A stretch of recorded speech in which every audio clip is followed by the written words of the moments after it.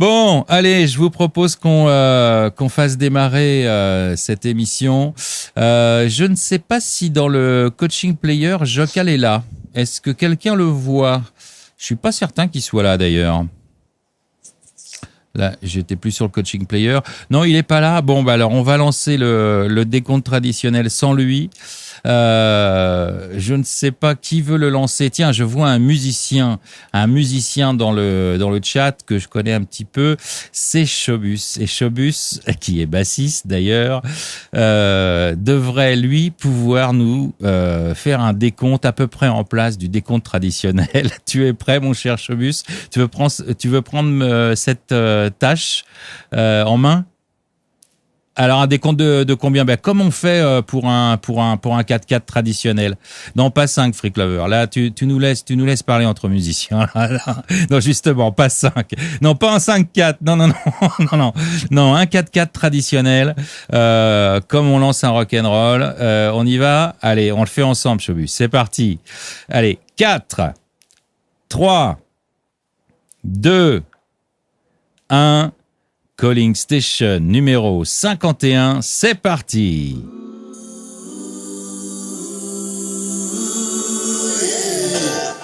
Calling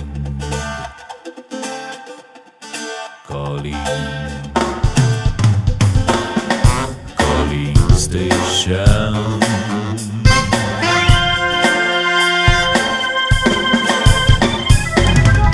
Calling Station.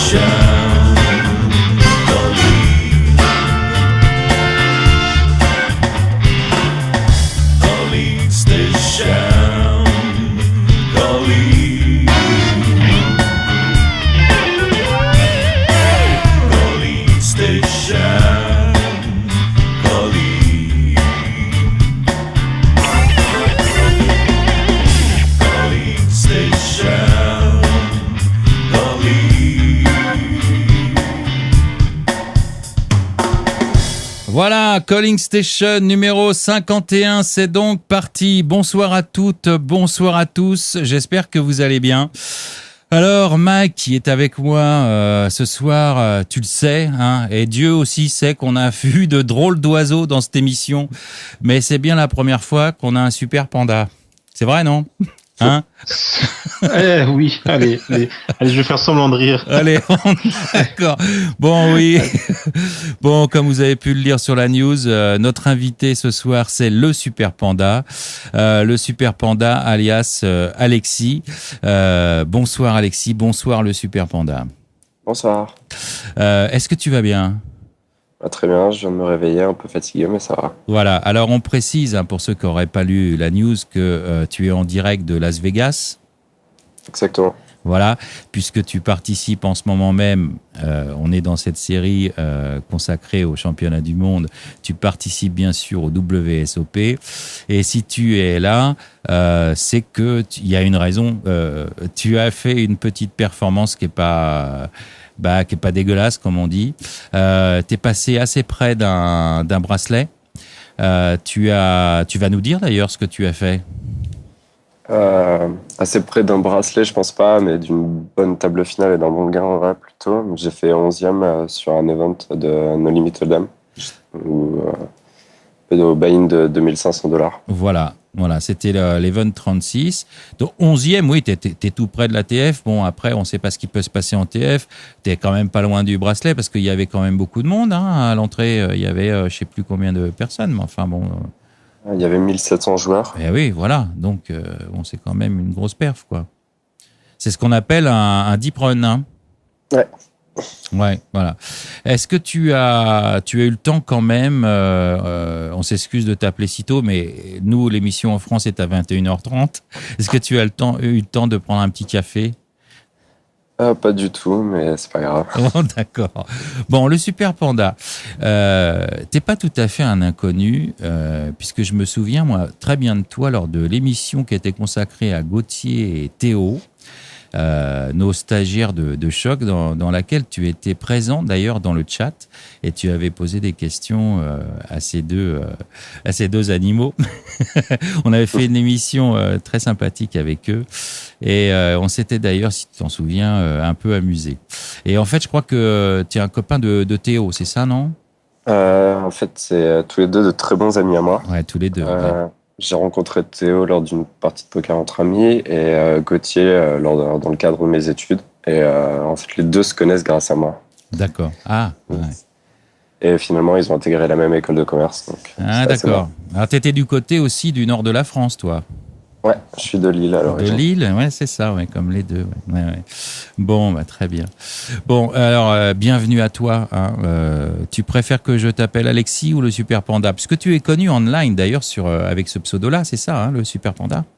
Ouais, c'est mon pseudo sur une room qui fait fureur en ce moment sur Full Tilt. Bon, c'est pas mon pseudo sur toutes les rooms, mais c'est celui-là principalement. D'accord, ok, oui. Ouais, Full Tilt, on en parlera peut-être un petit peu, Mike, je sais pas, pendant l'émission. On verra. C'est vrai qu'il se passe pas mal de choses. On va donc faire plus ample connaissance avec toi au cours de cette émission. Mais alors, voilà, on a un petit impératif, c'est qu'on a, pendant ces émissions, des invités surprises. Et comme les surprises, on sait jamais quand ça tombe, ben voilà, j'en ai une qui va arriver tout de suite. C'est une surprise au téléphone. Donc, je te propose qu'on l'appelle tout de suite, cette surprise. Et évidemment, ensuite, on reviendra avec toi et on passera du temps avec toi pour te connaître un peu mieux si tu es OK. D'accord, ça marche. Alors, Mike, le temps que je compose le numéro de téléphone de la valise, de la valise Calling Station, tu peux peut-être, si tu as une info ou deux à donner, la donner maintenant ou parler un petit peu avec notre invité. Moi, j'ai besoin juste d'1 ou 2 minutes, voilà. Ok. Non, mais je me doute qu'il y a peut-être 1 ou 2 questions sur FTP. Comme j'ai toutes les réponses, non, j'aimerais bien avoir la réponse. Non, j'ai pas de réponse, sûrement pas celle que vous attendez, mais j'ai peut-être 2-3 infos aussi par rapport à ce que Poker Strategy peut faire, va faire. Donc on en parlera peut-être aussi tout à l'heure. Voilà. Alors bon, si vous avez 2-3 questions, voilà, c'est ça. Donner un petit peu d'input. Posez vos questions. Là, je vais appeler tout de suite au téléphone notre invité surprise. Posez vos questions dans le chat. Mike va les noter, puis on y reviendra à la fin de l'émission. Hein, oui, bien sûr, mais enfin. Ou au cours de l'émission. Enfin, ce qu'on peut donner comme réponse, parce que évidemment. Oui, non, mais que personne s'attende à un scoop. Je vais pas dire ce qui va se passer avec Full Tilt et où sont les bankrolls des joueurs et à quelle heure et à quel endroit ils pourront les récupérer. Ça, j'ai pas ces infos. Mais au moins partager des avis et puis juste une toute petite info pour nous par rapport à Poker Strategy, comment on va régler un petit peu le problème des gens par rapport aux stratégies points qui n'ont pas touché leurs points pour le 28 et le 29 juin. Voilà, petites choses comme ça. D'accord. Ok. Bon, allez, c'est parti. On va retenter notre coup de téléphone magique. Hein. On va voir si ça fonctionne ou pas. Vous êtes OK? C'est parti. Allez, c'est parti. Enfin, j'espère que c'est parti parce que ça sonne. Allô? Allô? Oui, bonsoir, c'est IT77. On ne sait pas, on appelle des gens au hasard, là, pour l'instant. On est en direct dans Calling Station. C'est l'émission de radio de Poker Strategy. Est-ce que vous avez un rapport avec le poker? Bonsoir Stéphane, tout à fait. Je me présente, Élie Payan. Voilà, alors c'est Élie Payan qui est en direct avec nous, Élie Payan. Merci Élie d'avoir pris du temps et de nous avoir accordé un petit peu de ton temps après avoir fait une performance formidable, puisque tu es un des 3 détenteur de bracelets français. Voilà, je le dis pour les gens qui nous écoutent en direct et qui écrivent dans le chat au cas où on connaîtrait pas encore ton nom. Élie Payan vient après Elki justement de shipper, comme on dit, le bracelet. Alors c'était dans quel event? Tu peux nous préciser ça? Donc c'est l'event 22 1500 PLO. Voilà. Voilà, l'un des, je crois dans l'histoire en plus des events PLO, l'un des events où il y avait le plus de participants jusqu'à ce jour. Quoi. Ah oui, en plus, oui, il y avait du monde, ouais. Ouais. On était mis 71 au départ. Ouais, voilà. Alors oui, pour du PLO, c'est beaucoup d'ailleurs. Hein. Ouais. La variante, elle est vraiment en pleine explosion, que ce soit même ici aux États-Unis ou même en France. Hein, ça commence à se développer un petit peu en France et aux États-Unis maintenant, dans toutes les rooms, ils ont leur table de KGM, leurs events inclus dans chaque série de tournois qu'ils organisent. Donc ici, c'est vraiment en pleine explosion. Quoi. Ouais, exactement, ouais. Alors, donc, tu nous as amené le deuxième bracelet français. Qu'est-ce qu'on peut dire de plus que GG, bravo, on est super content. Faut avouer que les Français perfent en ce moment, bah tu en fais partie, bah c'est génial. Donc tu as gagné cet event 22 de PLO et dans lequel je rappelle d'ailleurs que notre expert poker Julien a terminé deuxième. Enfin, deuxième français, hein, Mike. Deuxième français, Mike. Deuxième français. Deuxième français. Bon, il était 49e. Il était 49e. C'est Julien Lebars. C'est notre expert poker. Il est bien connu ici de la communauté. Tu l'as rencontré, je crois, hein. Oui, exact. Hein. J'ai eu l'occasion même de venir à sa table. Ouais, vous avez partagé quelques mains, je crois. Il était juste à ma droite. Hein. Je crois qu'il est juste à ma droite. Oui, c'est ça. Il nous l'a raconté ici. On l'a eu il y a 2 semaines, juste après le tournoi. Et voilà. Il était très content pour toi, mais en même temps, il était très vénère en se disant merde, je suis pas passé loin. C'est ça, ouais, voilà. Mais enfin bon. C'est sûr, c'est toujours frustrant parce que c'est vrai que quand on doit être 40 ou 50e à ce moment-là, quoi. Ouais. Oui, c'est ça. Il restait 4 tables, je crois, ou 4 ou 5 tables. Enfin bon, un truc comme ça. Ouais. Donc là, bon, voilà. En fait, il a fini. C'est sérieux. Ouais. Et il a fini. Oui, c'est un joueur très sérieux. Et c'est notre expert poker. Il peut pas faire autrement. Il a intérêt à être sérieux. On le surveille. En tout cas, faut pas dire autre chose. Hein. Ouais, c'est ça. Ouais, exactement. Après, on surveille pas. Bon, alors pour éviter toute polémique, quand on prononce ton nom, c'est bien Payan et non payant. Hein. C'est bien ça. Hein. Ouais, c'est ça, c'est payant. D'accord. Même si payant, c'était finalement pas mal quand même pour un joueur de poker, mais c'est Eli Payan, voilà. Alors comme tu sais, Eli, il y a Elki aussi qui a gagné un bracelet juste avant toi. Et lui, il l'a gagné en stud. Hein, et on sait que c'est pas a priori sa spécialité. Donc la première question que j'avais envie de te poser, c'était de savoir si tu connaissais les règles de l'OMA avant de t'inscrire. Bien sûr, je connaissais non seulement les règles, mais en plus de ça, j'ai choisi de buy-in cet event-là, qui était mon premier buy-in WSOP. C'est pas par hasard, c'est parce qu'en fait, je pense avoir le meilleur edge en tournoi OMA qu'en tournoi Hold'em. Voilà. Et donc, concernant ma bankroll qui ne me permet pas de buy-in plusieurs events de ce à 1005, je me suis dit qu'il fallait que je mette vraiment le plus de chances de mon côté pour au moins assurer un ITM. Donc, pour moi, en PLO tournoi, qu'on a construit un gros stack, il est beaucoup plus facile d'être ITM que sur un No Limit Hold'em, où on peut être archi-chip leader pendant les 3/4 du tournoi, enfin pour la moitié d'un tournoi d'un dé, et même pas finir ITM en fait. Donc, c'est plus facile quand t'as monté du stack, à ton avis. Tiens, c'est curieux parce qu'on dit de temps en temps que tu vas nous dire, puisque tu es spécialiste de PLO, c'est intéressant, que la variance est quand même assez importante en PLO, plus importante a priori qu'en Hold'em. Donc les swings sont plus importants. Tout ça va dépendre en fait de la vitesse qu'on va vouloir prendre dans le tournoi en fonction de son stack.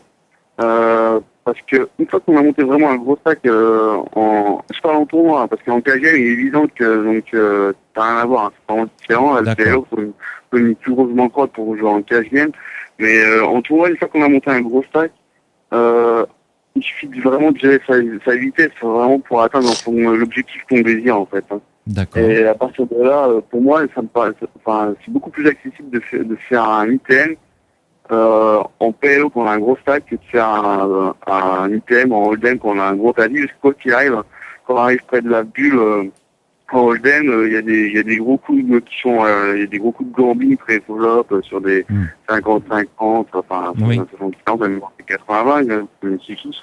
Et forcément, des fois, même quand on perd même des 80-20, ou des gros quantities avec des skins, des screens, c'est assez frustrant, quoi. Oui. Donc, Moi, je trouve que l'approche du PLO tournoi permet vraiment d'assurer les items plus facilement une fois qu'on s'est vraiment mis confortablement dans le tournoi, quoi. Oui, alors, ce qu'il faut préciser, effectivement, comme c'est du PLO, c'est du pot limit. Alors évidemment, ça va dépendre des tailles de stack, mais on est rarement all-in pré-flop, sauf à la fin des tournois, évidemment, aussi. Ouais, exactement, voilà. C'est ça, on va pas se retrouver à engager on va pas se retrouver à engager toute une tapis sur un coup pré-flop, parce que de toute façon, tous les sur une table savent que chaque main pré-flop a son potentiel de réussite, donc toutes les mains sont bonnes, toutes les mains sont bonnes, non, pas toutes les mains sont bonnes, mais on va dire que il suffit de pas toucher flop, si on a une rame de quinte double suitée, ça sert à rien de partir une pièce pareil, quoi. Voilà, la main après, elle vaut plus rien, hein. Donc c'est vraiment un jeu de tirage, faut voir le flop, quoi, pour vraiment essayer de faire ça des se moves. joue beaucoup sur post-flop, quoi, hein, et pas pré-flop. Exactement, voilà, c'est exactement ça. Donc moi je suis vachement à l'aise pour jouer post-flop. Les boards par rapport à... J'essaie d'amener le maximum mes adversaires sur les boards, même quand les blindes sont élevées, parce que je sais que c'est là que je vais pouvoir bluffer plus facilement. C'est vraiment la vente où je me sentais plus à l'aise. D'accord. Et où tu as appris tout ça alors ? Comment tu es devenu un maître de l'Omaha ? Ouais, je peux dire un maître. Hein, maintenant, si, on peut le dire maintenant. En tout cas, tu es champion du monde, dis donc. Ouais. Mais sinon, tu as une expérience qui vient d'où ? Comment tu as appris à jouer à ce jeu-là ? Et depuis quand tu y joues ?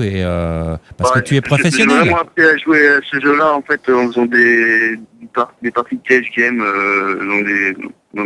en privé, quoi. Ouais. Quand je suis en France, je fais pas mal de parties privées et puis en général on fait du 1 tour PLO Hold'em.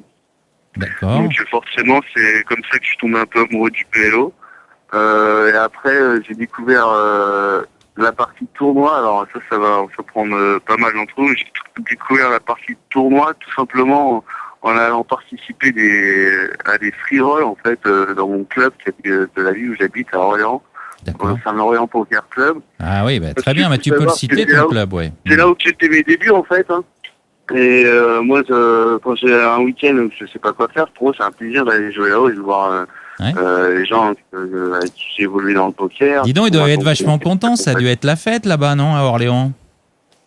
Ouais, je pense. C'était la fête, ouais. Ouais, je te coupe pas, mais bon, j'imagine t'as des potes là-bas et tout, ça devait être quand même la grosse fête. Ah, j'ai un petit bruit là, je ne sais pas ce qui s'est passé. Ouais. C'était Alexis qui vient de se moucher. Oui, mais il a oublié qu'il était en direct à la radio, qu'il avait un micro. Mais on rappelle qu'Alexis, on va le présenter. Voilà, vas-y, ouais, voilà. Eli Payan. Alors, Alexis a aussi fait une belle performance puisqu'il a terminé 11e d'un event No Limit Hold'em, lui, hein, et c'est pour ça qu'il est là. Vous connaissez ? Non, je crois que je l'ai jamais rencontré. Voilà. Alexis, lui, est au Venetian, je crois, à Vegas, en même temps que toi. Je crois qu'il est plus en no limit. Et puis, Eli, voilà. Donc, Alexis prend l'habitude de se moucher pour se présenter. Oh, je suis désolé. Voilà. Non, mais c'est pas grave. De toute façon, maintenant, tu es déjà à moitié célèbre, mais grâce à ça, tu vas devenir réellement une star. Puisque tu sais que cette émission est enregistrée, podcastée, que toute la France et le monde entier, si on le veut, l'écoute. Donc, voilà. Iti ? Oui. De partager avec vous. Je vous entends très mal, là, ça coupe. Ah. Ça coupe, ok. Iti, juste pour te dire qu'il y a Julien qui vient d'arriver sur Skype. Que Julien est là. Aimerait passer un petit bonjour à Eli. Ah, bien sûr. Alors, je vais le prendre sur Skype. Je le rajoute dans la conversation. Tu peux le faire. C'est toi qui l'appelle. Mais je crois que c'est moi qui dois l'appeler. Ouais, c'est ça. Ouais, si tu peux le rajouter, vas-y, ça va me faciliter la tâche. Ouais. Alors, attends. Ouais, je l'ai là, c'est bon. Ah, c'est impeccable. Hop. Voilà, normalement, ça y est. Ça devrait être parti. Bon, on s'excuse, hein, c'est un petit problème technique comme ça. Julien est là ? Allô, allô. Allô. Ah oui, Julien est là. Ouais. Salut Julien, on est en direct en ce moment avec Mike, et juste au téléphone en direct de Las Vegas de Élie Payan que tu as croisé à ta table et dont on avait parlé la dernière fois. Salut à toi. Voilà. Franchement, voilà, ça me fait super plaisir de te pouvoir dire un big GG en direct. T'avoir un peu parlé, t'avoir croisé et tout, ça a été rapide, mais ça a été vraiment agréable de pouvoir justement se faire ce petit point en sortie de tournoi, t'avoir à ma gauche, te voir débarquer avec ton stack, voir les hauts et les bas, me faire défoncer avec mon stack. Exactement. Quand je suis arrivé, c'est vrai que j'ai livré les 3 gars à ma gauche. Voilà, il a fait double toute la table et c'était assez sympa de sa part. Ouais. Et après, le croiser effectivement dans les couloirs du Rio, parce que moi j'étais pas sûr de mon coup. On a un peu discuté poker, un peu pied-l'eau. Ça a été rapide, mais voir après en rentrant, railer tout ça et voir que c'était toi qui avais gagné, ça a eu une saveur particulière ce tournoi. Donc encore une fois un big GG et ravi de d'avoir te rencontré et donc du coup que t'aies fait participer aussi. Ouais, alors Élie, on est vraiment ravis parce que Julien, c'est vrai, on en a parlé ensemble tous les deux. On est des amoureux du PLO en plus. Hein. Julien est un amoureux du PLO. Moi, j'adore ce jeu. On a discuté ici en direct de cette émission et que ce soit un Français, que Julien déjà ait fait un deep run, on était très contents, mais que toi tu gagnes en plus le bracelet. Bon, t'imagines, on est super content de t'avoir, quoi, tout simplement. Et voilà, quoi. Bien. Ah ouais. Et je voulais savoir d'ailleurs l'impression que tu avais eue. Alors, j'essaye de me mettre à ta place, ça doit être formidable, quoi, parce que c'est quand même pas facile de gagner ce genre de tournoi. Et quand il y a eu la Marseillaise, parce que figure-toi que la Marseillaise, moi je l'ai vue, on le pouvait la voir à Paris, tu sais, quand il y avait les remises de bracelets, il y avait des vidéos et on voit Elki qui chante la Marseillaise et c'est toi qui prends le bracelet. Et la veille, c'était Elki avec la Marseillaise, quoi. Alors, je voulais savoir si tu avais ressenti un truc de spécial, quoi, parce que c'est formidable. Ah c'était vraiment super émouvant. Je savais qu'on allait me chanter la Marseillaise, je savais qu'on allait me mettre le bracelet sur le podium. Alors après, de voir tous les plus grands joueurs français qui étaient présents là pour chanter la Marseillaise, me féliciter, c'était géant, vraiment. J'aurais jamais cru ça, même dans mes rêves les plus fous, que ça allait arriver un jour, quoi. Génial. Je suis redescendu, j'en ai reparlé à mes potes, je me rendais compte, si on m'aurait dit quelqu'un aurait chanté la Marseillaise pour moi, je l'aurais jamais cru.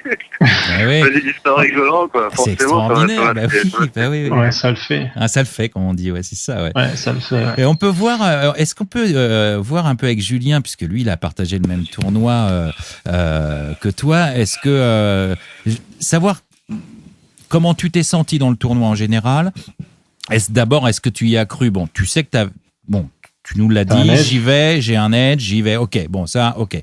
Bon, c'est pas donné à tout le monde, mais ok. Mais est-ce que tu y as cru dès le début? Est-ce qu'il y a eu des moments de doute? Est-ce que tu te souviens des moments super difficiles, des moments clés, quoi?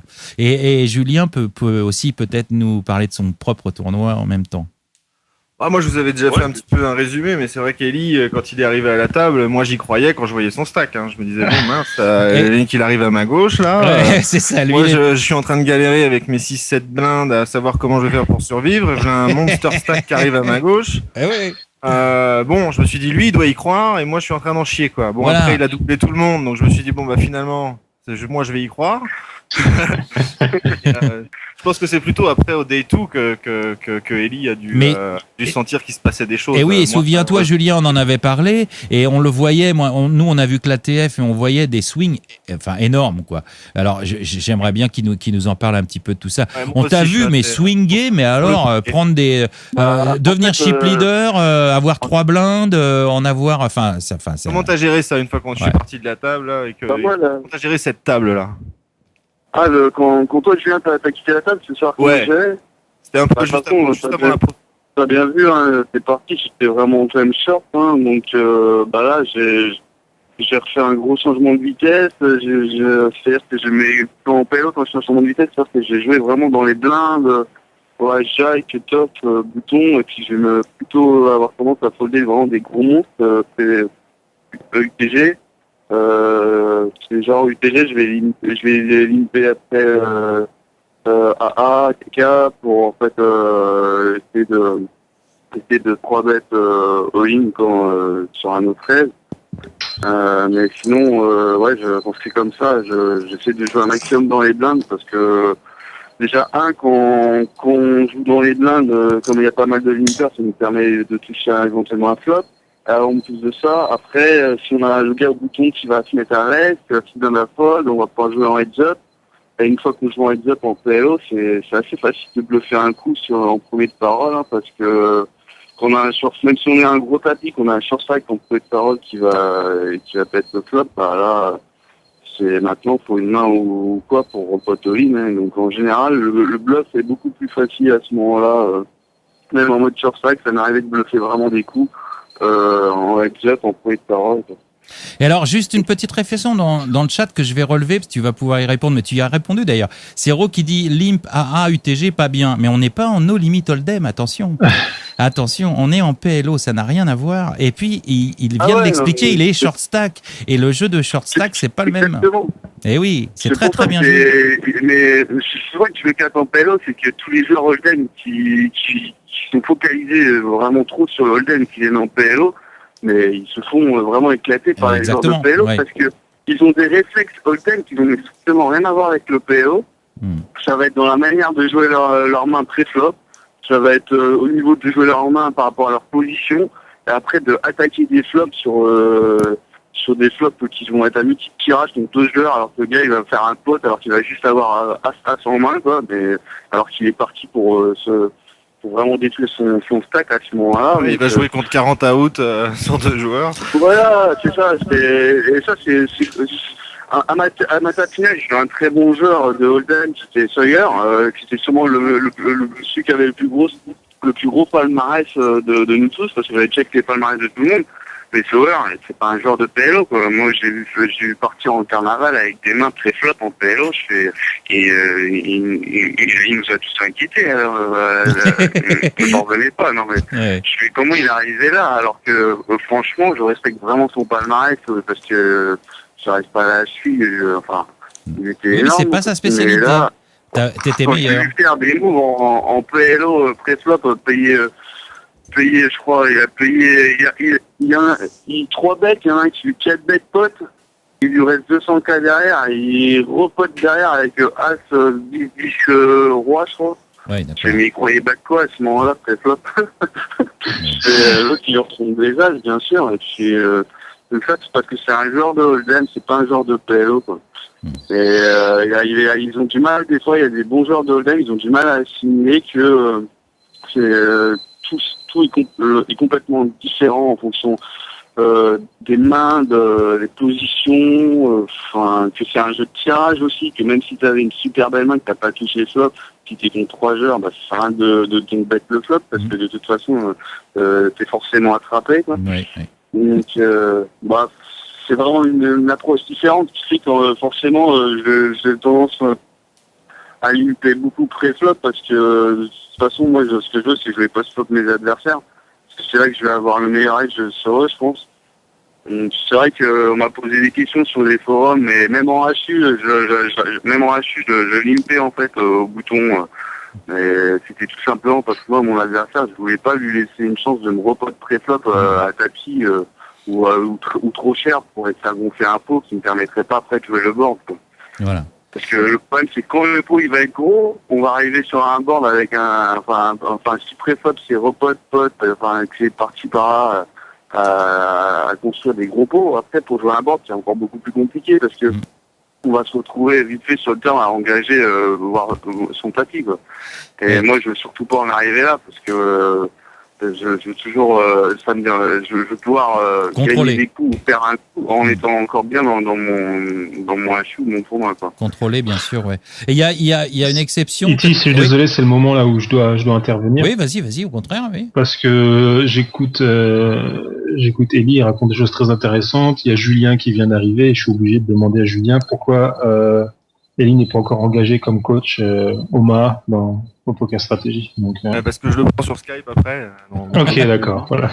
Donc, Et... Julien, ta mission, c'est faire en sorte que Ellie nous fasse des vidéos du coaching sur Poker Stratégie pour nos poker stratèges. Bon.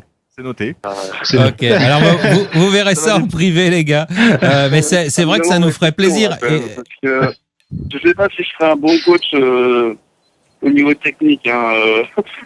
Vraiment, parce que moi, enfin, ce que pour moi me semble évident des fois dans ma tête, je sais pas si j'arriverai après à bien expliquer à la communauté des autres joueurs de poker. On se mettra à deux. Parce que non, mais voilà, c'est ça.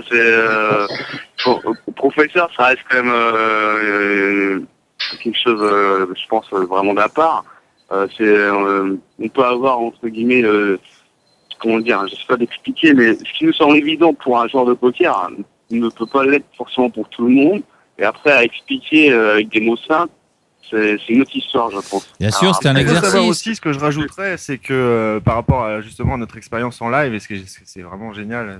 Je suis vraiment content de te parler, quoi. Donc ça me fait vraiment plaisir de te recroiser là et de t'avoir croisé à la table. C'est que en live, il y avait des tels, il y avait un paquet de tels. Il y avait des mecs. Ah oui. Donc quand UTG raise, que l'autre colle le bouton et que moi je pars tapis presque puisque je ripote, mais il me reste un jeton derrière.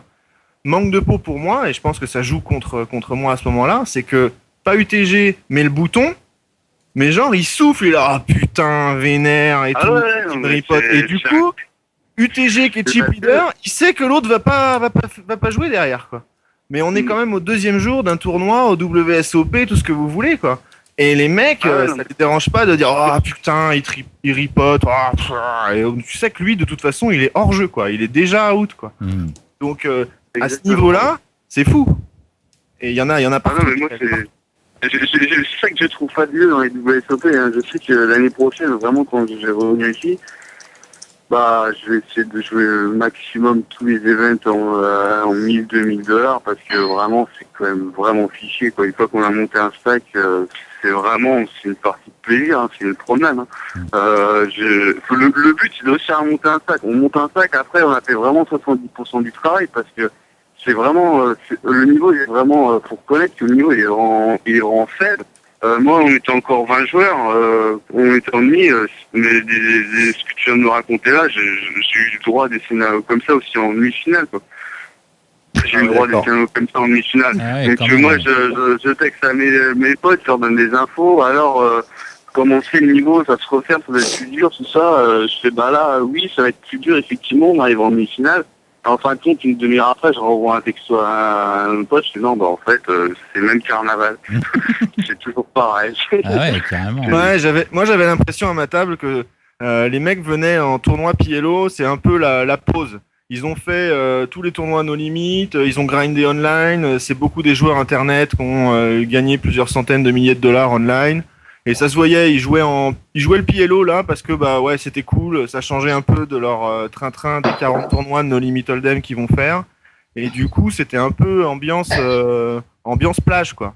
Et du coup, c'est vrai qu'ils prenaient pas au sérieux le truc. Et quand il y avait des joueurs qui jouaient sérieux, je me souviens d'un mec 2 ou 3 sièges à ma droite qui a fait des swings énormes aussi un peu avant que tu t'assoies à la table. Lui, il branchait pas, il disait rien, et on voyait bien qu'il était là pour le business, quoi. Mais la majorité des gars étaient là parce que ils allaient faire de toute façon le 5000. J'en ai vu qui sautaient, qui me disaient bon c'est cool, j'ai sauté maintenant, comme ça je peux m'inscrire pour le 5000 shootout de tout à l'heure. Ouais, donc, mais ça je comprends pas comment ils font pour raisonner comme ça. Moi ça m'est impossible que ça m'arrive. Je crois pas à un tournoi, pour moi c'est la première place. Si je pense à la deuxième place, je vois pas l'intérêt de prendre à un tournoi, je vais m'asseoir sur une table de KGM ou je rentre chez moi me coucher. C'est un raisonnement, ça. Mais ils ont c'est un état d'esprit, ouais, j'ai jamais réussi à comprendre. Moi après je pense que c'est où on a vraiment l'esprit gagnant, compétition, et puis là il y a pas à discuter, ou alors on a plus un esprit gambler, et puis voilà, hein, parce que c'est vrai que j'en ai vu un paquet des gens qui étaient comme tu viens de définir. J'ai sauté, c'est pas grave. Je m'assois en cash, ou je vais faire un autre tournoi tout de suite. Non, mais je trouve ça vraiment dommage. Hein. Moi, ce qui se passe, c'est que même quand je passe sur ça, que j'y crois encore, quoi. J'ai des questions devant moi, je lâcherai rien, quoi. J'ai beau passer 30K en blinde de 2000, 4000, il n'y a pas de problème, hein, je lâcherai rien du tout. Donc, Alexis, tu joues aussi du Oma? Oui, mais en cash game. Tu joues pas de tournoi Oma, donc... Bah Ouais, si, j'aurais bien aimé en jouer, mais j'ai pas eu l'occasion à Vegas, en fait. Ok. D'accord. Mais Eli, je crois qu'il est spécialiste quand même de cash game au départ, Omar. Non, No Limit, Eli, No je crois, Limit, en cash ah game. bon Et justement, il me disait qu'il jouait pas de PLO en cash game. Quoi. Ah, Enfin, c'est ce que d'accord. tu m'avais dit, alors, Eli, il me semble. j'ai pas bien compris alors, ouais, d'accord. Ok. Donc, par contre, Ouais, j'ai découvert le PLO en cash-game dans les parties privées en fait en France, mais disons que je le faisais parce que j'avais pas beaucoup de choix au niveau pour jouer en France par rapport aux parties privées où j'habitais. Mais sinon, quand je suis à Vegas, je fais vraiment je fais essentiellement du cash-game hold'em quoi. Ah oui, d'accord, ouais, ok. Ouais. T'as un rythme de vie un petit peu particulier, je crois. T'es vraiment pro du poker. J'ai vendu un peu la mèche. Même avant avant ton bracelet, je crois que t'es déjà pro du poker, on peut le dire ou? Ouais. Enfin, c'est vrai que j'ai un parcours un peu, on va dire, qui est assez différent de la plupart des joueurs actuels. C'est que je suis beaucoup live. Je m'investis ces 2 dernières années, je me suis beaucoup investi sur Las Vegas, tout simplement parce que pour live, c'est quand même là qu'on trouve les belles parties. Maintenant, n'ayant pas de visa, j'ai fait totalement des séjours de 3 mois, 3 mois Vegas, 3 mois France, on a alterné tous 2 ans. Puis voilà quoi, donc forcément c'est sûr que des jeunes qui s'investissent comme ça dans le poker, il y en a de moins en moins parce que c'est l'effet bombe du online qui est présent dans notre société. Mais moi j'ai choisi de m'investir sur le live parce que de toute façon j'y ai toujours cru. Et tout ce que j'aime vraiment le plus, c'est le contact avec les gens parce que je pense que c'est plus facile pour moi de tester des tests chez des gens que d'aller vers mon PC. Puis voilà quoi. D'accord. Ok, cool. Une petite dernière question. Moi, j'avais juste une question parce que je suis arrivé peut-être un peu en retard, mais rapidement, à ce moment-là, si tu en as déjà parlé, si tu avais eu des contacts et quel est le programme pour toi prochainement, quoi. Comment est-ce que maintenant tu vis le truc, quoi, et comment ça va se passer? Alors, je suis pas sûr d'avoir entendu toute la question entière. Si j'ai eu des contacts avec des éventuels. Si tu as eu des contacts, avec des sponsors, avec des rooms, avec comment c'est quand on vient d'avoir un bracelet et que le monde du poker te découvre. Et il est où le bracelet? Il est dans le coffre-fort de l'hôtel ou? Ouais, il est à la poker du Vénitienne. Il est dans la box. Là, niveau contact, avec des rooms vraiment pour négocier des contrats de sponsoring, non, c'est pas trop. Je suis un peu surpris. J'en ai parlé avec d'autres joueurs qui me disent que actuellement c'est un peu normal parce que oui, c'est vrai. C'est assez difficile apparemment sur le marché avec l'Argel, tout ça, le .fr, enfin bref. Et peut-être avec des joueurs live, peut-être des discussions poker avec des joueurs live, des gens qui veulent parler poker aussi avec toi ou PLO ou... Oui, mais disons que pour moi, il n'y a rien de concret, vraiment, quoi. Bon, raison plus Julien pour choper Eli pour qu'on retrouve ce poker stratégie. Bon. On peut en parler sérieusement, et moi, je suis pas fan au dialogue, donc... Ok. Je vais en parler sérieusement, mais pourquoi pas. Eli, pour finir, on va te remercier, vraiment, on te remercie tous, évidemment, de nous avoir accordé cette interview. On s'est eu, on va pas le cacher, on s'est eu au téléphone 2 fois avant pour préparer un tout petit peu. Tu m'as dit, je sais pas trop l'habitude, moi, tout ça, tu sais, les interviews, machin, c'est pas trop. Je peux te dire que t'as été super et que là, t'as plein de joueurs de poker, tu le vois pas, toi. Mais ouais, nous, on on a des gens là qui écrivent dans le chat, etc., des gens qui qui t'écoutent, et je peux te dire que ton intervention, elle est vachement appréciée, quoi. Voilà, parce que apparemment t'es un mec simple comme tout le monde, quoi, tu vois, et puis t'es un mec simple comme tout le monde avec ta technique, avec ton expérience, et maintenant et maintenant t'as une différence avec tout le monde, c'est que t'as le bracelet, et voilà, et tu en parles tout simplement, et puis on aura envie, en tout cas moi j'aurais envie de te réentendre bientôt.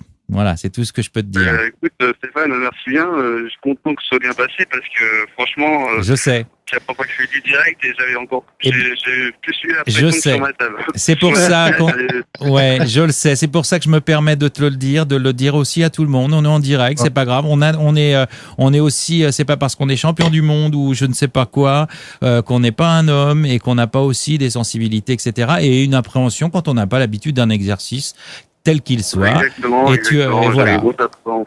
Et je sais, voilà, on s'est parlé un petit peu. Alors qu'Alexis, lui, il est tranquille, peinard, il mouche dans le micro. Voilà, lui, c'est pas pareil. Il a pas encore de bracelet, mais il va bien. Voilà. Mais on va d'ailleurs. Mais en tout cas, merci Elie. Ouais. Merci beaucoup.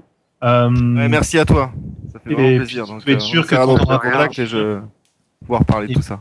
Et puis je pense que ça fait plaisir au Poker Stratège. j'espère aussi qu'ils mettront un petit feedback et puis, de toute façon, s'ils veulent que tu nous fasses des vidéos, faudra qu'ils insistent sur le forum. Donc voilà.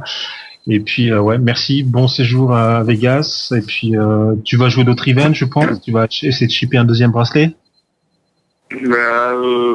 Alors après, le deuxième, ça va être dur, parce que ça va être le même. Ouais. Pour chaque tournoi qu'il faut se rejouer tous les vendredis, c'est le même. Donc voilà. Après, je pense faire d'autres main events des autres casinos, comme les César, ou Golden Nugget.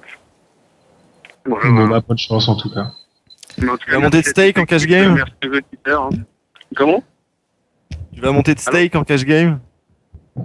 Est-ce que tu vas monter de limite? Non, pour le moment, je me suis pas rassis sur les tables de cash game. Faut que j'y réfléchisse sereinement pour vraiment savoir comment je vais répartir ma bankroll en fonction des gains que j'ai encaissés. Ouais. Bien joué. Bien joué. Ok. Voilà. Bon, Elie. Merci à toi. Merci encore une fois. Écoute, quand tu reviendras à Paris, j'espère qu'on aura l'occasion de boire un petit coup ensemble et pourquoi pas de partager une petite partie de PLO en toute amitié, parce que je sais que je n'aurai aucun edge contre toi. Et puis maintenant, je sais que tu es tellement riche que je ne pourrais pas lutter, mais ça me ferait tellement plaisir que j'espère que ça se fera. Voilà, je te dis à très bientôt. Merci et puis good luck pour la suite, que ça continue pour toi. Good luck. Salut à toi. Merci bien. Ciao. Bonne continuation. Merci. Voilà. Donc, maintenant, c'est à Alexis de nous expliquer comment il va faire pour aller choper son bracelet. C'est ça, hein, Iti? Alors voilà. Parce que en fait là, on a eu maintenant Ellie. Hein, d'ailleurs, c'est des prénoms qui commencent à réussir. Hein, et maintenant, on a notre Alexis. Hein, il y a aussi des L et des E et des I dedans, d'ailleurs, c'est pas mal. Notre super panda, qui lui n'a pas été foutu d'aller chercher son bracelet. Qu'est-ce qui s'est passé, Alexis? On le rappelle, 11e du No Limit Hold'em à 1500, hein, c'est ça? Ou 1000 ou 1500? 2500, pardon. Voilà, avec 2000 et quelques joueurs. Enfin bon, une très grosse performance, mais pas de bracelet. Première impression, pas de bracelet. Déjà, très heureux d'être là, mais tu t'es dit j'ai chaté pour être là, ou j'aurais pu quand même l'avoir ce bracelet. Est-ce que tu t'es refait le tournoi dans la tête et qu'est-ce que t'en penses comme ça à froid après quelques jours? C'est une question assez difficile, c'est le poker. Des regrets? Des regrets, non, parce que j'ai joué mon jeu, j'ai dû faire une seule erreur peut-être dans le tournoi, c'est tout. En demi-finale, j'ai eu des gros setups, en fait, c'est vraiment ça qui m'a... Je suis passé de deuxième à short stack en 5 mains, en fait, donc c'est ça qui était assez ouf. C'était ce qui est assez marrant, c'est que j'ai fait un brelan contre une straight, donc un brelan à un 7. Sur le flop ou Non, mais enfin, avec une paire en main, quoi, un 7. Contre une straight, et donc en blind contre blind, donc c'était assez dur à éviter ce setup, et c'est face au gagnant du bracelet, donc c'est assez marrant comme parallèle. Mais c'était un excellent joueur, c'était un russe, il était vraiment énorme post-flop. Et sinon, aucun regret. Quand on joue online, on fait des demi-finales à peu près sur de nombreuses sessions, quoi. On est habitué à la fin. T'es habitué online parce que bon, il faut le dire, on ne te connaît pas, donc on va te présenter. Il faut le dire que tu es un joueur très régulier online et bon, c'est vrai que tu as accumulé les TF. Oui. Mais c'est le live, t'en avais une grosse expérience, comme Ellie par exemple déjà avant aussi ou pas? Pas du tout. J'ai joué seulement 2 France Poker Tour, 2 PPT et un Barrière Poker Tour et sans ITM à chaque fois. D'accord. Oui, donc il y a Thiego sur le coach player qui te demande de te lâcher et de braguer un petit peu. Donc, vas-y, brague. C'est quoi tes résultats online? Vas-y, oui. Ils ne te connaissent pas. J'ai remporté le 100K full tilt. Donc, pour 25 000 €, j'ai remporté un FTOPS. J'ai fait plusieurs TF FTOPS, des scoops, mais les lots en fait, dont un au Omaha. Et après, TF du main event de Winamax et Monday Night on Star. Après quelques petites TF. Voilà, bon, un sacré joueur online. Hein. Ça, c'est vraiment bon. Voilà, brague, mais bravo. Et il y a justement un poker stratège qui est là. Je sais pas s'il est là, mais il te pose une question. C'est Turiasus qui dit tiens, j'ai fait la TF des scoops avec lui. Et il dit sacré joueur, donc il a partagé cette TF avec toi et ça va nous permettre de mieux te connaître aussi. Il te pose des questions, comment tu as commencé, bankroll de combien, quel bankroll management, tu as fait du sit and go, du cash game et en parallèle des MTT, tu joues quelque chose d'autre en fait ou quoi? Voilà, c'est-à-dire explique-nous d'où tu viens et qui es-tu. On sait que tu es un grand joueur, mais... C'est assez marrant parce que j'ai à peu près tout fait. Donc, j'ai commencé dans des parties entre amis. Ensuite, je me suis mis Internet. Donc, ce qui est assez marrant, c'était avec Thiego. C'est les premières parties, on les a fait ensemble, online. Là, j'ai commencé avec des petits dépôts réguliers où j'étais tout le temps broke parce que j'avais aucune bankroll management. J'ai monté beaucoup d'argent en sit and go, mais finalement, je me suis broke en cash game quand j'étais en tilt. Donc, ça, c'était sur le .com. Sur le .com, j'ai fait... 2 ou 3 TF de MTT, mais des $27 sur full tilt. Et c'était à la fin du .com, j'ai commencé à monter une bankroll décente, mais rien d'extraordinaire. Et à l'arrivée du .fr, j'ai commencé sur les MTT 10 €, 20 €. Donc j'ai commencé à chip un peu et j'ai eu la chance d'avoir un de mes meilleurs amis qui est Nazim. Donc un des plus gros gagnants à MTT en France qui m'a stacké sur des plus gros tournois et ça a immédiatement marché. Donc après, c'était facile au niveau bankroll, entre guillemets. Oui, t'as parfait. C'est le même Nazim qui est responsable un petit peu de ta voix cassée pour aujourd'hui, c'est bien ça? Je me trompe pas? C'est plutôt la clim en fait aussi. Oui. Alors ça, on nous l'a expliqué. La clim, il paraît que là-bas, c'est terrible. Oui. C'est extraordinaire. Toujours un décalage de. Mais en même temps, on va pas cacher les choses. Je crois que t'as fait un peu la fête, quoi. Mais il y a une bonne raison. Il y a une bonne raison, non? Ouais, oui, Nazim a fait 7e d'un Deep Stack Venetian, donc à $2500 à l'entrée, et le field était vraiment très très très dur. Donc c'est très belle performance. Donc vous avez fêté ça, quoi. C'est pour ça que ce matin, c'est un peu dur, quoi. Ouais. Mais c'est pas un problème, on peut comprendre, tu sais. Il n'y a pas de souci, Donc c'est aussi grâce à lui, alors donc forcément. Ouais. Sinon, pour revenir, je joue un peu de cash game, je me suis mis récemment. Donc du PLO en heads up et en 6 max et c'est tout. D'accord, ok. Bon, tu parlais de Thiego, Mike. Thiego, il avait des questions justement. Alors il dit salut Panda. Lui, il t'appelle pas Super Panda, hein. Direct Panda, quoi, tu vois. Alors pourquoi ne pas avoir choisi le Super Furet comme pseudo? Il te correspond mieux, je trouve. Bon, vous connaissez apparemment. Ouais, c'est une private joke. Durant mes années de prépa aux écoles de commerce, on m'appelait le Furet parce que j'étais toujours dans les coups bizarres, etc. Ouais, d'accord, ok. On n'en demandera pas plus. D'accord, ok, bon. Ne penses-tu pas, c'est toujours Thiago, que braguer autant nuit à ton image de joueur de poker? Mais enfin, je braque pas, c'est un level, quoi. C'est un level contre level?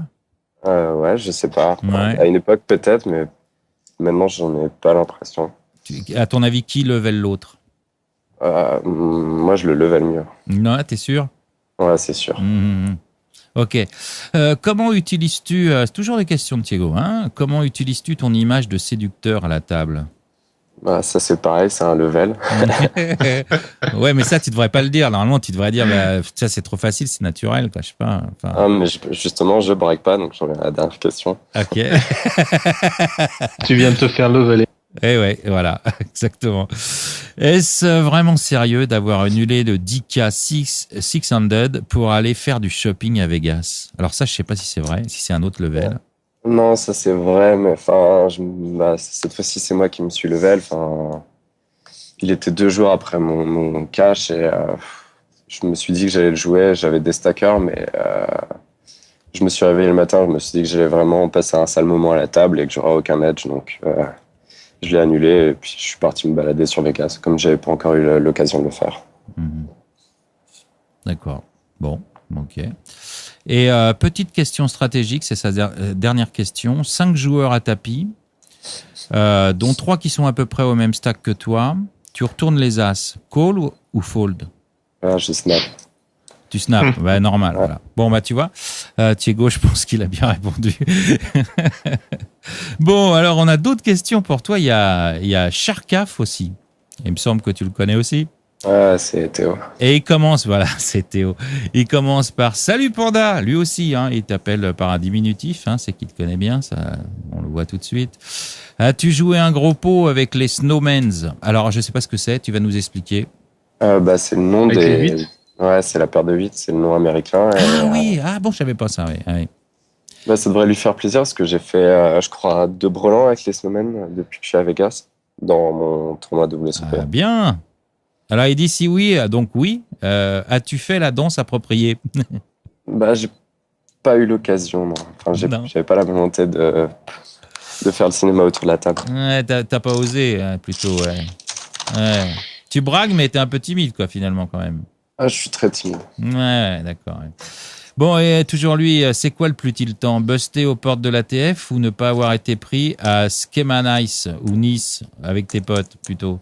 Je sais pas ce que c'est non plus, hein, Schema Nice, Schema Nice. C'est leur école de commerce. C'est l'école, la fameuse école, ça s'appelle comme ça. Ouais. Je dirais que c'est le plus tiltant, c'est de pas avoir été pris à Schema Nice, mais en même temps, je pense que j'en serais pas là si j'étais à Schema Nice, parce que être à mon école de commerce à Marseille, ça m'a permis de beaucoup jouer online et de monter une bankroll. Là, tu vas les énerver, ça, je le sens. Ça, c'est la réponse qui tue. C'est du level. C'est le double level, là, ouais. Hein, Mike? Ouais. C'est quoi la suite de ton programme, Alexis, à Vegas? Qu'est-ce que d'autres tournois? Tu vas jouer le main event? Oui, je suis qualifié pour le main event et je vais jouer le $1000 boucherie juste avant, celui où il y a le plus gros field, je pense, de No Limit Hold'em des WSOP pour l'instant. Ok. Donc, amène à $1000, c'est ça? Ouais. Sinon, peut-être d'autres choses, mais pour l'instant, je suis plus motivé pour profiter de Vegas, en fait. En touriste, tu veux dire? Découvrir les trucs, etc. Ouais, aller faire un peu... Faire le furet. Ouais, le furet, exactement. Vegas. Et quand même, une question importante, quand même, ça fait quoi d'être à la gauche d'un croupier qui fait 5 fois son poids? Je crois que c'est la personne la plus grosse que j'ai vue jusque-là et c'était assez marrant. C'était vraiment une boule, des petites jambes et un grand torse. Et quand je l'ai vu arriver, j'ai fait wow.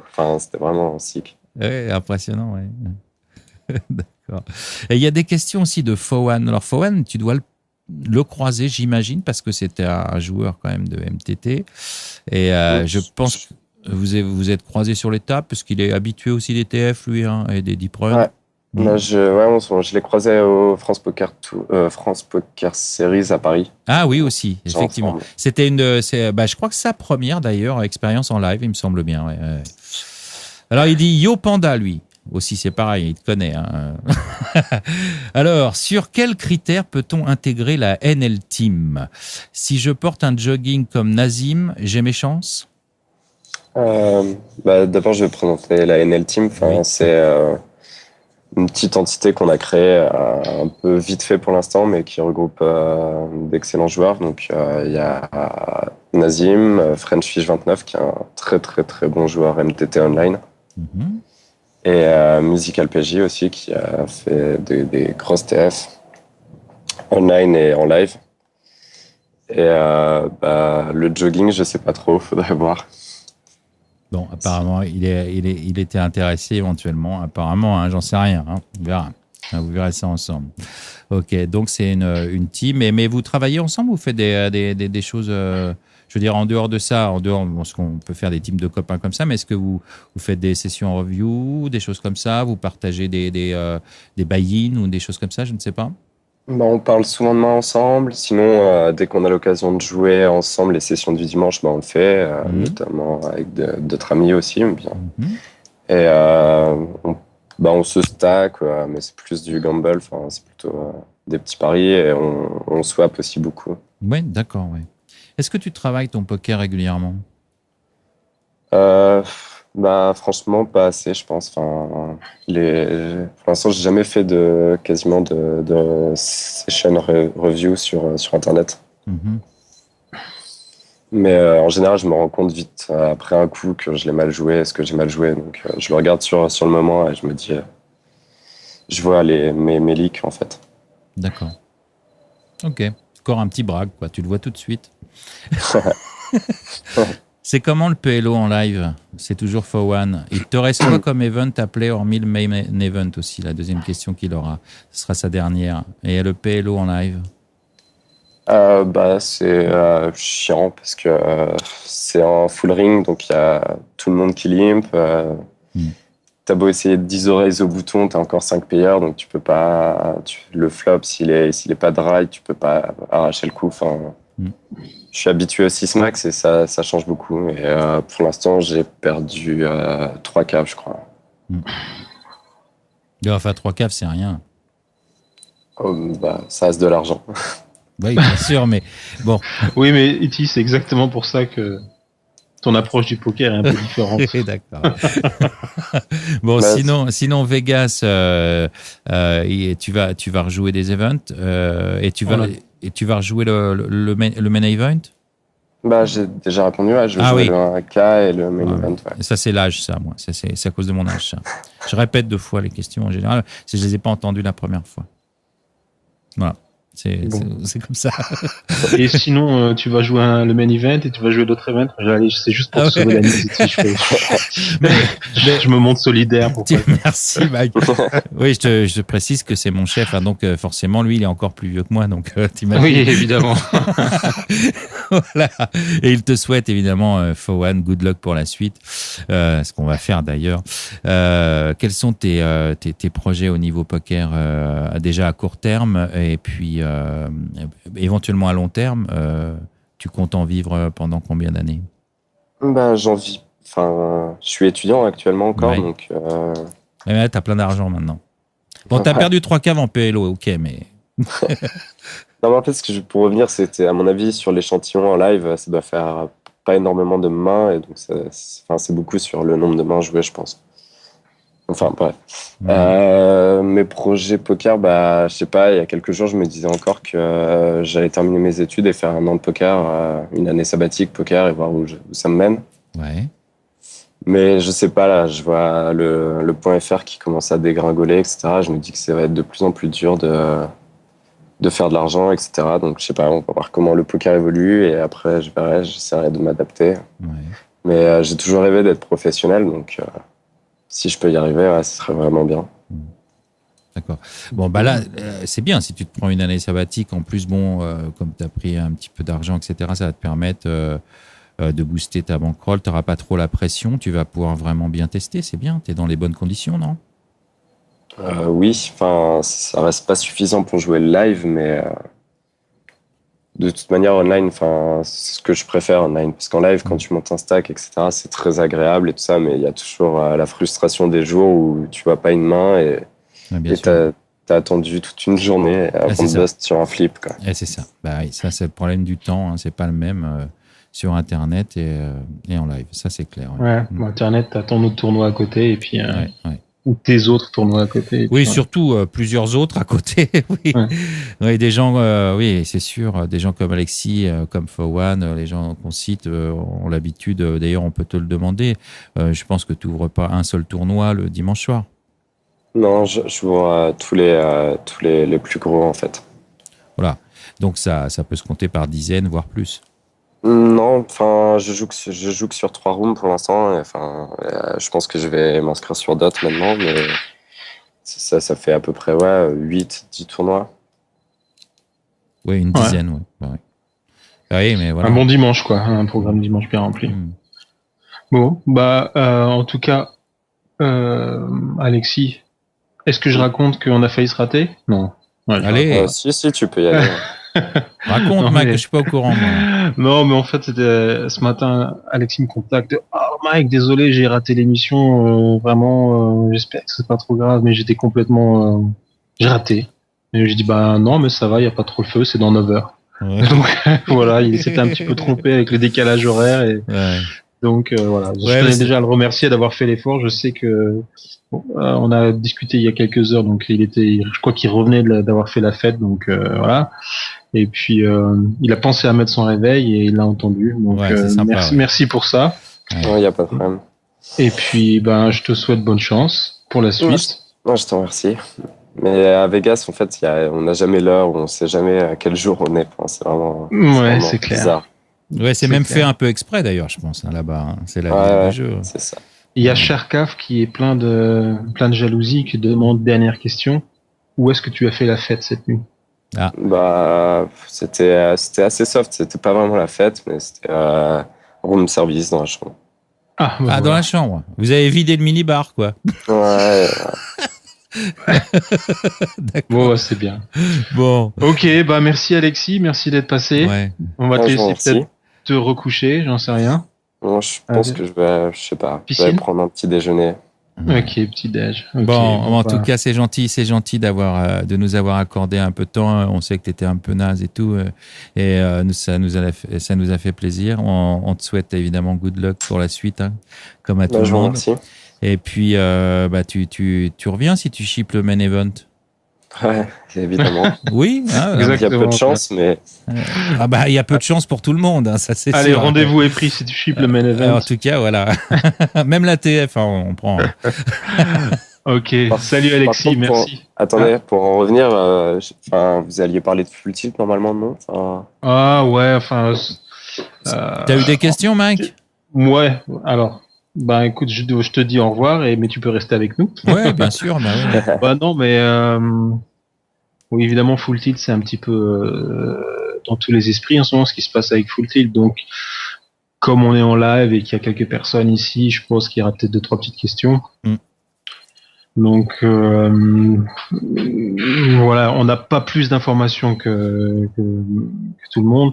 La seule chose, c'est qu'il y a certains poker stratèges qui n'ont pas reçu leur stratégie point le 28 et le 29. Ce qu'on va faire pour ces poker stratèges, c'est qu'on va prendre les 14 derniers jours, faire une moyenne et puis on leur donnera on leur comptera pour le 28 et le 29 juin cette moyenne pour pas qu'ils perdent leur statut. Il y en a qui étaient pas très loin d'avoir le statut diamant, les choses comme ça, ou un statut supérieur. Donc ça, on va faire ça. Ça veut dire si quelqu'un a gagné en moyenne dans les 14 derniers jours 100 points sur fulltilt.fr ou fulltilt.com, on lui donnera 100 points pour le 28 et 100 points pour le 29. Donc voilà, c'est déjà la première chose qu'on va faire. Pour le reste, on va essayer aussi de regarder si on peut vous aider d'une façon ou d'une autre. Je vais être franc, je sais des choses, mais ce que nous on va faire un petit peu dans le genre promotion et essayer d'aider les uns les autres. Mais pour des raisons de communication, je ne peux pas vous le dire aujourd'hui, mais je pense que demain il y aura déjà un peu plus de nouveau. Et puis pour le reste, malheureusement, on est un peu à la même enseigne que tout le monde, que les joueurs. Non, on va pas rembourser les bankrolls pour répondre à la question de Rose 1. Voilà, on est dans l'attente. Si vous voulez une estimation personnelle de la situation avec laquelle vous pouvez rien vous acheter et qui ne sert à rien, mais personnellement, je pense que ça va vraiment dépendre de la capacité. On parle tous de Bignon qui serait peut-être intéressé à racheter les parts de la majorité même de Full Tilt. Si ça se fait, ça veut dire que c'est tout bon, parce que si ça se fait, ça veut dire que si Bignon le fait, ça veut dire qu'il a dans la tête de pouvoir aussi placer Full Tilt sur le marché américain, c'est-à-dire de faire d'effacer un petit peu tout ce qui s'est mal passé, de payer les joueurs américains, de payer tout ce qui se passe sur le .com, sur Full Tilt, et puis d'aller de l'avant. Maintenant, je suis pas plus en contact que les autres avec ça. Je sais pas à quel point c'est vrai ou c'est pas vrai. C'est énormément d'argent quand même. Pardon ? C'est énormément d'argent. Oui, mais c'est rien par rapport au potentiel qu'il y a si le marché américain ouvre. Ouais. Il faut aussi bien comprendre ici que c'est une situation globale en fait ce qui se passe. C'est beaucoup de politique et ça s'applique aussi au Black Friday. Ce qui s'est passé le Black Friday, c'est rien d'autre que finalement mettre en place tout un environnement politique qui va permettre aux États-Unis de réguler le marché du poker en ligne, pour faire place aussi à des casinos en dur pour pouvoir rentrer sur le marché. Et c'est eux qui ont mis la pression aussi sur le gouvernement américain, c'est ce qu'on appelle du lobbyisme, pour pouvoir nettoyer un peu tout ça et pouvoir repartir à un système de licence où les casinos en dur pourront aussi proposer leurs rooms sans avoir un trop gros retard par rapport à des rooms comme PokerStars ou Full Tilt qui illégalement étaient sur le marché américain. Alors évidemment, Full Tilt et PokerStars ont apparemment fait des choses qui n'étaient pas encore pas en accord avec la loi américaine. Donc ils sont aussi un petit peu servis de ça. Croyez-moi si je vous dis qu'ils auraient pu faire exactement la même chose il y a 1 an ou il y a 2 ans. Donc ce qui est intéressant, c'est qu'ils l'ont fait maintenant. Et s'ils l'ont fait maintenant, c'est tout simplement politique. C'est parce que voilà, on se rapproche de la régulation du marché américain. La pression continue, cette pression politique continue. Donc l'État américain continue et va mettre la pression aussi sur Full Tilt et fait que Full Tilt n'a plus cette licence et on rentre un petit peu justement dans la grande image globale, c'est la politique qu'il y a derrière, c'est ça, c'est une pression de l'État américain pour pouvoir réguler le marché du poker en ligne. Est-ce que Full Tilt va s'en sortir ou pas? Honnêtement, je sais pas. Est-ce que Full Tilt et PokerStars sont coupables de ce que l'État américain non les accuse? Je sais pas exactement. Il paraîtrait que PokerStars a été un peu plus malin dans son management. Voilà ce qui s'est passé, c'est que PokerStars a séparé un petit peu ses fonds, c'est-à-dire que PokerStars.com avait les capacités d'identifier les fonds monétaires où ils étaient placés, d'où ils venaient, si ça venait des États-Unis, ça venait de la France, ça venait un peu tout ça, et que Full Tilt ne l'a pas été. Donc voilà ce qui fait que leur difficulté un petit peu à repayer les joueurs et des choses comme ça. Plus peut-être aussi, je ne suis absolument pas porte-parole de Full Tilt, je sais pas exactement ce qui s'est passé derrière. Fait est qu'ils n'ont pas encore remboursé les joueurs américains. Donc voilà ce que ça engrange. Pour la France, pour ce qui est de la France, avec l'Argel derrière, l'Argel a comme fonction aussi de s'assurer en temps et en heure continue que les rooms respectent bien les conditions qui leur sont imposées, aussi par rapport à la gestion d'argent des joueurs. Ce qui fait que de ce côté-là, il y a 2 solutions. Soit l'Argel a complètement raté son boulot et tout d'un coup se réveille et se dit « Oups, désolé, on va retirer la licence de fulltilt.fr parce que on s'est aperçu qu'ils pouvaient pas payer les joueurs. » Mais ça voudrait dire qu'ils sont complètement passés à côté de la plaque. Et ça, j'ai vraiment du mal à le croire. Je ne vois pas comment l'Argel, après le Black Friday, n'a pas réévalué la situation au moins des rooms fulltilt.fr et pokerstars.fr. Ça me paraît complètement impensable. Donc je suis certain, encore une fois, c'est quelque chose de personnel et l'histoire me dira si je me trompe ou pas. J'ai plus ou moins certain que l'Argel a réévalué, même si c'est des fonctionnaires comme gens, a réévalué ce qui se passe avec pokerstars.fr et fulltilt.fr après le Black Friday. S'ils leur laissé leur licence, ça veut dire qu'ils étaient en accord avec les conditions imposées par l'Argel, et ça veut dire aussi que les fonds des joueurs français étaient au moins bien gérés. Ça, j'en suis plus que sûr. Alors maintenant, pour ce qui se passe avec Full Tilt, ils ont plus de licence. Honnêtement, j'ai fait un post sur le forum expliquant que ça change pas grand-chose. La licence qu'ils avaient, c'est une licence qui n'est pas reconnue dans la plupart des pays sur le monde. Donc Full Tilt est présent partout, presque partout dans le monde. Et cette licence, je sais pas s'il est reconnu par 10 pays, mais faudrait que je vérifie, mais je pense que c'est beaucoup. Donc Full Tilt, comme tous les joueurs de poker, comme la plupart d'entre vous ici, ont toujours été plus ou moins dans une zone grise avant la régulation en France. Donc, ils continuent à l'être dans la plupart des pays.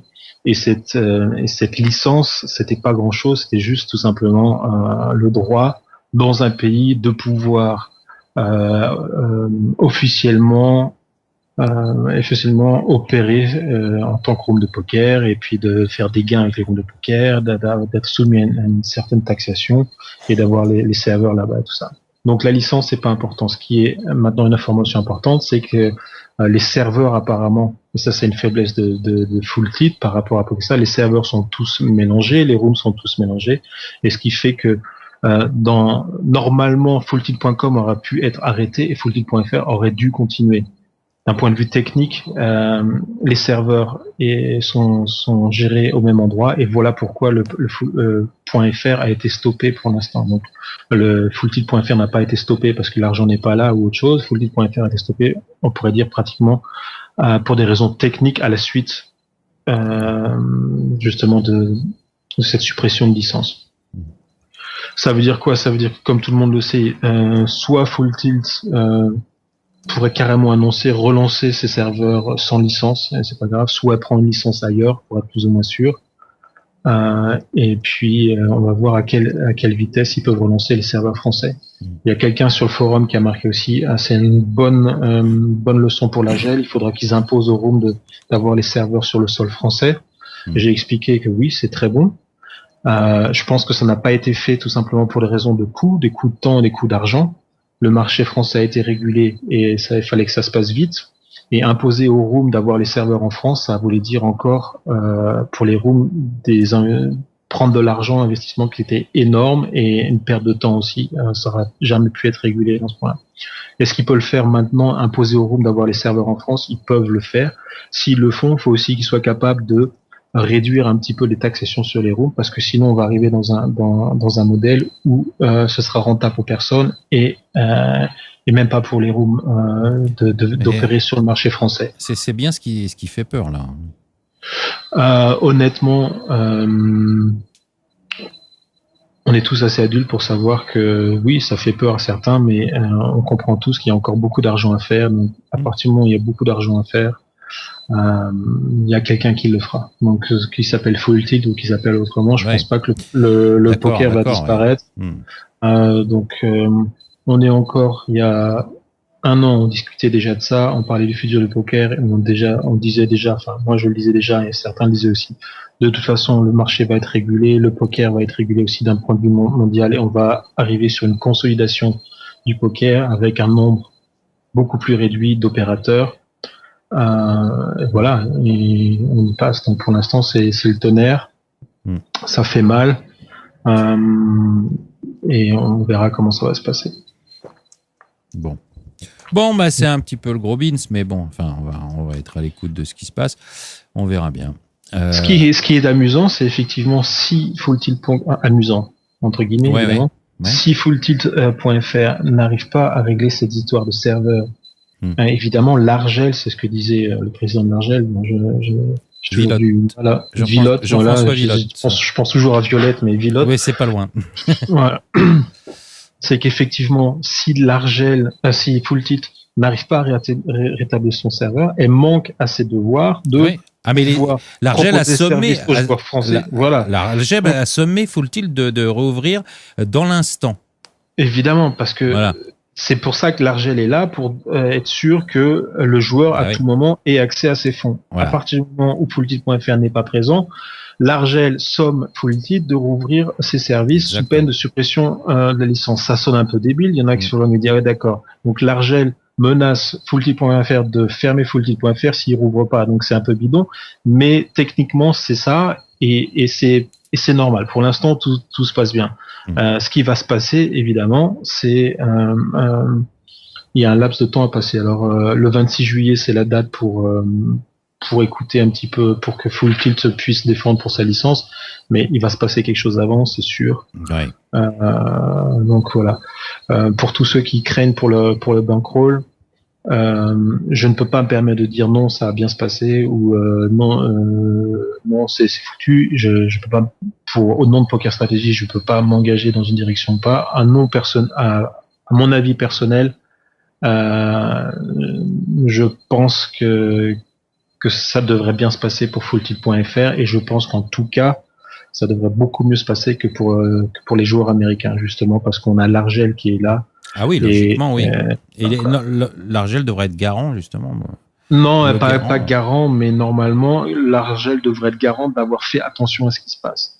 Et encore une fois, c'est très important qu'on ait déjà eu le Black Friday il y a quelques jours. Ouais. Si c'était la première information du jour au lendemain, attention, on peut rentrer dans une dynamique où on se dit hop, fulltiltpoker.fr, soit c'est des truands, ils ont tous mis l'argent ailleurs, soit ils sont banqueroute pour des raisons ou une autre, mais ils ont plus l'argent. Ouais. Dans ce cas-là, et même l'Argel s'est fait avoir. Ouais. J'ai du mal à croire que l'Argel se soit fait avoir au jour d'aujourd'hui après qu'on vienne de passer par le Black Friday. C'est ça que je veux dire. Ouais. C'est chaud quand même. Oui, c'est chaud. Je sais qu'il y en a beaucoup. Alexis, tu joues aussi sur Full Tilt, je pense. Bah ouais, c'est là où j'ai fait le plus de gains et où j'avais le plus d'argent. Donc, voilà. C'est un peu chiant. Ouais, voilà, comme beaucoup de poker stratèges. Encore une fois, c'est bon, voilà, c'est le bordel. Je veux dire, si je vous donnais le micro, vous aurez peut-être dit exactement la même chose que moi, donc j'ai pas la prétention de vous avoir appris quelque chose. Et voilà, je tenais juste à vous dire que de notre côté, on va voir ce qu'on peut faire à notre échelle pour essayer d'aider un petit peu l'un ou l'autre. Pour la vision du marché du poker, il faut bien comprendre aussi, vous le voyez, tout le monde réagit, tout le monde essaie de capitaliser sur la faiblesse de Full Tilt en ce moment. Donc ça veut dire que vous avez toutes les rooms Poker Stars incompris qui commencent à sortir des promos à droite à gauche. Et évidemment, tout le monde essaie de reprendre des parts du marché. Donc est-ce que au bout du compte, est-ce que ça va être grave pour le marché du poker? C'est encore trop tôt pour le savoir. À court terme, le plus important, c'est que les joueurs, le plus vite possible, aient la possibilité de retirer leurs gains. La possibilité, pas l'obligation, la possibilité de retirer leurs gains s'ils le veulent. Et puis ensuite, on verra comment Full Tilt s'en sort. Ok. Bon, bah Mike, merci pour ce point. T'as dit ce que t'as pu. Hein, on sait pas plus de toute façon. Non. On va sûrement avoir des nouvelles. Enfin, ça va aller vite, hein, de toute façon, cette histoire. Hein. Oui, oui et non. Enfin, vite pour tous ceux qui attendent, c'est déjà trop long. Oui, non, évidemment. Pour tous ceux qui ont de l'argent coincé, c'est déjà trop long et je comprends absolument les peurs, les paniques et les rages. Maintenant, vite, je pense que oui. Enfin, c'est-à-dire que je vois pas comment Full Tilt. Ils peuvent pas non plus se permettre de rester trop loin du marché, quoi. Non, mais quand je dis ça va aller vite, on peut pas quand même concevoir que ça puisse rentrer comme comme ça peut arriver dans la vie quand il y a un conflit, parce que là il y a un conflit quand même. Oui, il y a un conflit, mais il y a quelque chose aussi, ça va être aussi une question. Est-ce que ça peut pas rentrer dans un truc juridique qui dure des années, tu vois? Juridiquement, dans ce sens-là. Si ça va, là pour être clair, alors là je vais être aussi clair si ça passe au juridique, ça veut dire qu'à ce moment-là, les joueurs ont déjà perdu.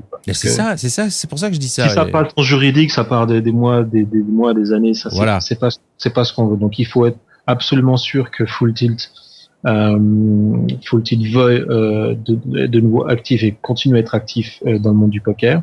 Mais je pense que ça c'est déjà clair. Sinon les d'erreur ils auraient déjà vendu. Donc oui, ils veulent continuer à rester actifs dans le monde du poker. Et ensuite, il y a aussi un autre élément. Il faut voir, par exemple pour le marché français, que l'Argel gère bien la situation. L'Argel se retrouve un petit peu dans la situation comme un huissier qui veut essayer d'imposer quelque chose. Il va falloir qu'elle soit très intelligente. Si un huissier demande à quelqu'un qui a des dettes de payer ses dettes en une fois, alors qu'il peut pas, s'il est pas solvable, va le forcer à faire banqueroute. Alors que s'il avait demandé de payer en 3 fois, il aurait peut-être pu s'en sortir. Voilà, c'est ça. S'il est pas solvable, il pourra jamais rien donner. Il va falloir aussi que l'Argel réfléchisse un petit peu, que l'Argel parle avec des gens du poker et pas seulement avec Full Tilt pour savoir, attention, c'est bien de sommer Full Tilt de réouvrir sa plateforme, mais pas au prix de les pousser jusque avec des conditions jusqu'à ce qu'ils disent allez, laisse tomber, on est banqueroute et on paye personne. Donc il faut vraiment qu'il y ait une négociation en fait. On verra ce qui va se passer. Bon, espérons en tout cas pour les joueurs que ça se passe du bon côté, parce que c'est pas drôle. Et puis si jamais il y a un problème, c'est vrai. Et que ça se passait mal pour les joueurs français, ça serait quand même dramatique parce que avec ce qu'on nous a fait avaler par rapport à l'Argel, etc., on le prendrait du mauvais côté, ça serait logique.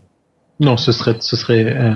Je pense que tous les problèmes de fulltilt.com sont comme ils sont, mais si seul fulltilt.fr a encore un problème, là, ça devient grave. Là, je parle du .fr, bien sûr. Oui, ça devient très grave aussi pour alors, le .com, ça n'a rien à de voir. l'Argel, quoi. Oui, parce que le .fr, c'est avant une loi qui n'est pas encore votée. Je sais qu'ils veulent en voter une aux États-Unis, mais elle n'est pas votée. Il n'y a pas d'Argel, l'équivalent de l'Argel. Et encore une fois, c'est après le Black Friday. Oui, exactement. Ça que je veux dire, c'est très important d'avoir ça dans l'esprit.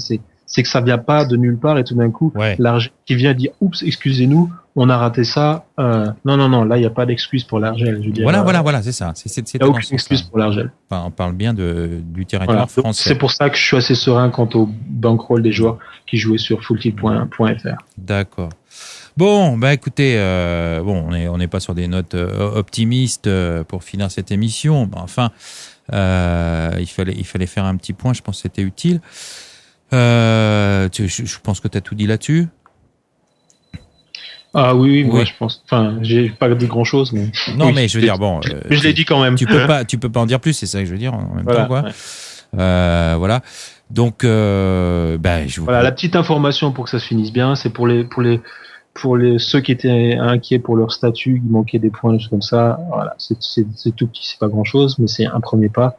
Donc on fera la moyenne des 14 derniers jours et on vous les attribuera pour le 28 et le 29 juin. D'accord. Voilà. Bon, ça c'est sympa, un petit geste quand même, ouais.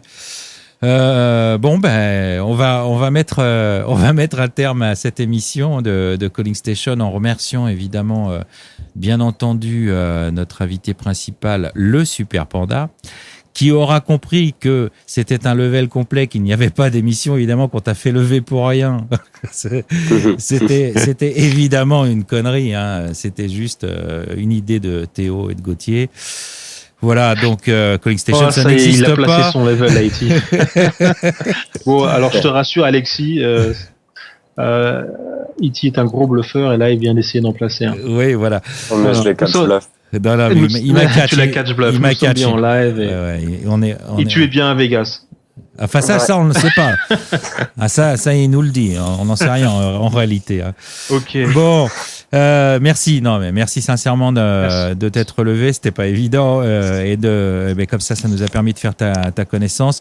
Elie est parti, mais on le remercie. C'était génial. Merci. On dit merci aussi à Antoine. Antoine qui est là à nos côtés et qui est dans le chat, qui a permis la connexion. Ouais, il est encore actif sur le chat. Ouais, c'est ça, ouais. Poser le micro. Donc en tout cas, merci aussi à Antoine qui nous a permis aussi d'avoir Élie Payan en direct. Oui, voilà, c'est ça qui a permis la connexion, c'était génial. Et puis bon, voilà. Et Julien, sa petite apparition de Julien. Ouais. Je sais pas d'ailleurs, j'ai pas eu le temps de lui demander s'il était revenu de Vegas ou pas. Il est revenu, il est à Gibraltar. Il est revenu à Gibraltar. Ok, d'accord, ok, ouais. Il est à Gibraltar et il va se prendre sa raclée au golf samedi. Ah bon? D'accord. Ok, je vois. Bon, c'est reparti comme en 40. Voilà. Et alors, à propos de chiffres, c'est pas la 40e, c'est la 51e. C'était donc l'émission Calling Station numéro 51. Et je vous dis au revoir à toutes et à tous. Good luck sur les tables. Que les bad beats vous évitent. Et peut-être à la semaine prochaine, si tout va bien. Hein. J'espère que nous, sur Calling Station, on n'aura pas trop de Black Friday, je sais pas quoi. Enfin bon. Logiquement, on sera là la semaine prochaine, Mike, ou pas? 100%. Ouais, 100%, bah ouais, je prends pas de risque. Hein. Bon, allez, 99,99. Ciao. À la semaine prochaine. Salut générique de fin. Merci Alexis, merci Antoine. Salut. Merci. Bye. Calling Station. Calling Station. Calling Station.